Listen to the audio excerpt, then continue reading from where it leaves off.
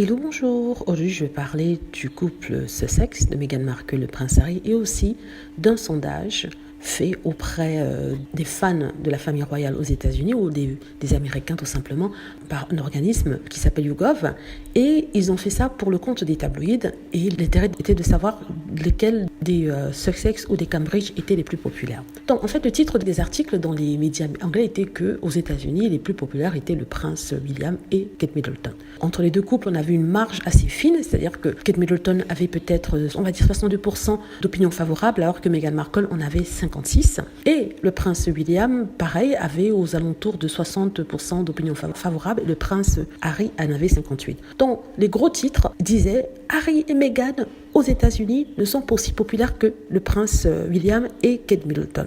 Ils étaient censés démontrer que malgré le fait qu'ils soient aux États-Unis et qu'ils soient aimés par une partie de la population, il n'en reste que les Cambridge sont plus aimés. Alors premièrement, les sondages sont assez mensongers dans le sens où ça va dans le sens de la personne qui les paye ou qui les fait, selon la façon dont les questions sont posées.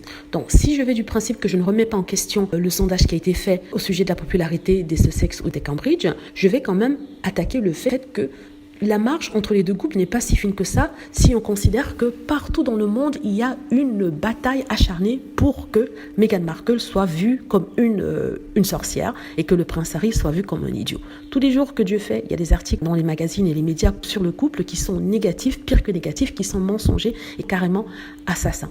Donc, alors, normalement, avec ce genre d'article-là, Kate Middleton devrait ressortir comme la triomphante future reine avec près de 90% d'opinion favorable contre Meghan Markle, que tout le monde déteste par rapport à ce qui est écrit. Pourtant, ce n'est pas le cas. Ça veut dire en fait que non, avec tout le tapage qu'on fait contre Meghan Markle, le prince Harry, il reste quand même bien aimé, plébiscité par le public américain.